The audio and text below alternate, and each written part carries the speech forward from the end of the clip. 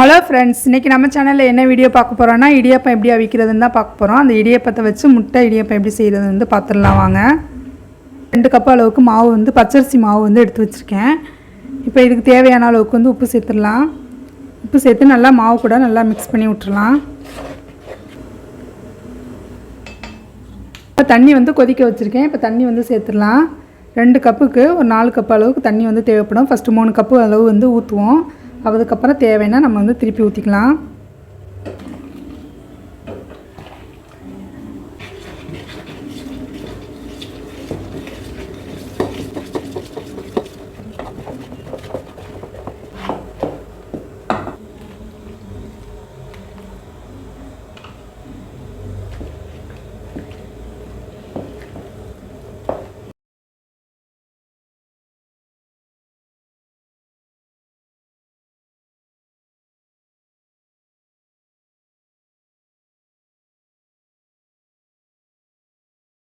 இப்போ மாவு வந்து பிணைஞ்சாச்சு. இப்போ இடியப்பம் வந்து புழிஞ்சிடலாம். இப்போ தட்டில் வந்து கொஞ்சம் வந்து எண்ணெய் தடவிடலாம். இப்போ தான் கொஞ்சம் ஒட்டாமல் வரும்.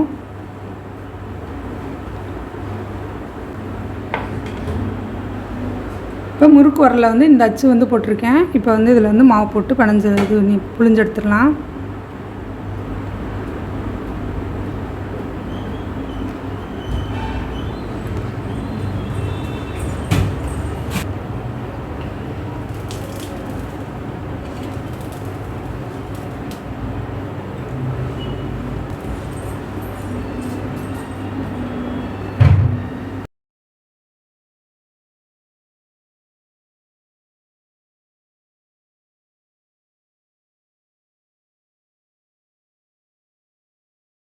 இப்போ இந்த மாதிரி புழிஞ்சிருக்கேன். நமக்கு வட்டமாக வேணாலும் வட்டமாகவும் வந்து புழிஞ்சிக்கலாம். நான் இப்போ சின்னதாக வந்து புழிஞ்சு எடுத்திருக்கேன்.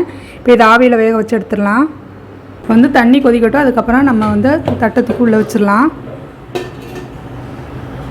இப்போ வந்து தண்ணி வந்து கொதிக்க ஆரம்பிச்சிச்சு. இப்போ வந்து தட்டை வந்து உள்ளே வச்சிடலாம். இடியப்பம் வேகட்டும், அது வரைக்கும் வெயிட் பண்ணலாம்.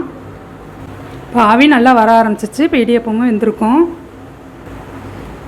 இடியப்பம் சூப்பராக வெந்திருக்கு. இப்படி அமைக்கி பார்க்கும்போது கையில் வந்து ஒட்டாமல் இருக்கும். இப்போ வந்து இந்த இடியப்பத்தை வந்து எடுத்துடலாம். ஒரு தட்டிலையும் ஊற்றி வச்சுருக்கேன். அதையும் வந்து வேக வச்சிடலாம்.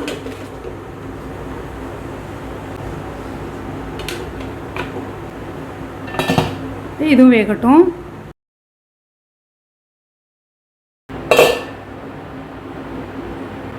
இதுவும் வெந்துருச்சு. நம்ம அடுப்பை வந்து ஆஃப் பண்ணிடலாம்.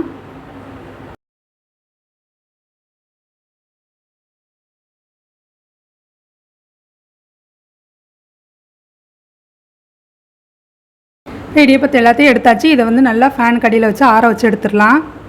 இப்போ வந்து முட்டை கிரேவி வந்து ரெடி பண்ணிடலாம். பாத்திரம் வந்து ஹீட் ஆகிடுச்சு. இப்போ நான் வந்து எண்ணெய் வந்து ஊற்றிக்கிறேன். எண்ணெய் வந்து ஹீட் ஆகிடுச்சு. கொஞ்சோண்டு பட்டை கிராம்பு ஏலக்காய் சேர்த்துக்கலாம். இப்போ 1 கப்பு அளவுக்கு வெங்காயம் வந்து சேர்த்துக்கலாம். நான் பெரிய வெங்காயம் எடுத்துருக்கேன்.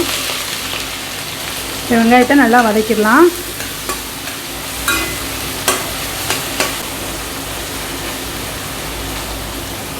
இப்போ வெங்காயம் வந்து ஓரளவுக்கு வதங்கியிருக்கு. இப்போ வந்து இஞ்சி பூண்டு பேஸ்ட் வந்து சேர்த்துடலாம். நான் ஒரு 1/2 டேபிள் ஸ்பூன் அளவுக்கு இஞ்சி பூண்டு சேர்த்துக்கிறேன். இஞ்சி பூண்டோட பச்சை ஸ்மெல்லு போகிற வரைக்கும் நம்ம எண்ணெயில் வதக்கிடலாம். இஞ்சி பூண்டு பேஸ்ட்டுடைய பச்சை ஸ்மெல்லு போனதுக்கப்புறமா மிளகாய் தூள் வந்து சேர்த்துக்கலாம். தூள் அவங்கவுங்க காரத்துக்கு தகுந்த மாதிரி சேர்த்துக்கலாம்.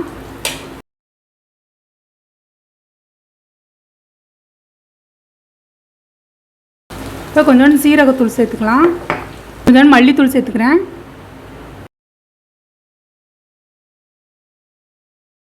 எல்லாத்தோடைய பச்சை ஸ்மெல்லு போகிற வரைக்கும் நம்ம எண்ணெயில் வந்து வதக்கிடலாம். 3 தக்காளி எடுத்துருந்தேன். அதை சின்னதாக கட் பண்ணி வச்சுருக்கேன். அதையும் சேர்த்துடலாம்.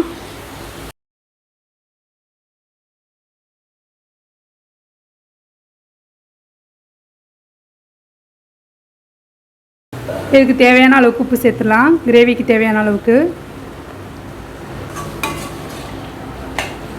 தக்காளி நல்லா சாஃப்டாக குக் ஆகி வரட்டும். அது வரைக்கும் நம்ம வெயிட் பண்ணலாம். இப்போ தக்காளி வந்து நல்லா சாஃப்டாக குக் ஆகிடுச்சு. அதே கொஞ்சோண்டு புதினா, கொத்தமல்லி, பச்சை மிளகாய் வந்து சேர்த்துடலாம்.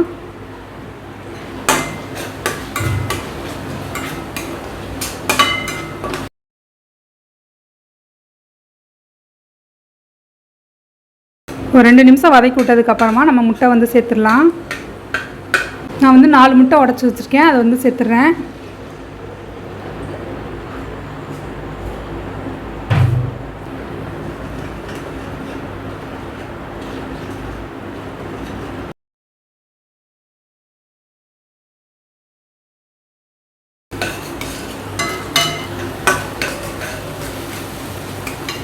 இப்போ முட்டை வந்து நல்லா கிண்டி விட்டாச்சு. இப்போ வந்து லாஸ்ட்டாக வந்து பெப்பர் தூள் சேர்த்துக்கலாம், கொஞ்சம் கரம் மசாலா. இது எல்லாத்தையும் நல்லா மிக்ஸ் பண்ணிடலாம்.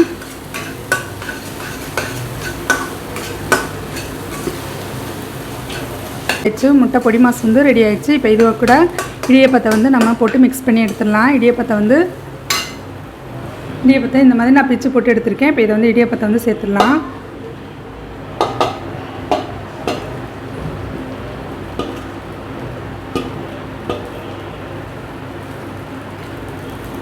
முட்டை கூட இடியப்பத்தை நல்லா மிக்ஸ் பண்ணி விட்டுறலாம்.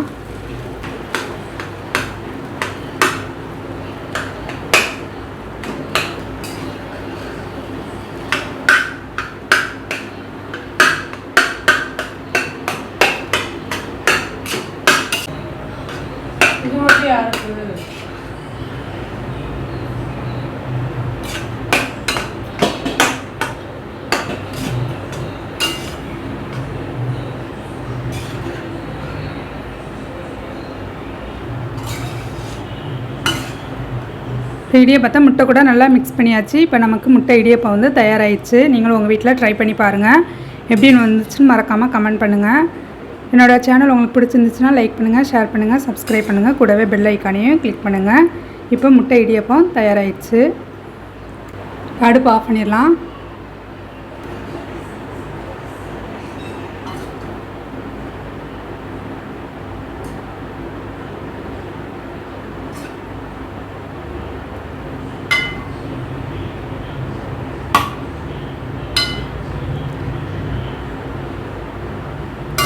நமக்கு முட்டை இடியப்பம் தயாராகிடுச்சு.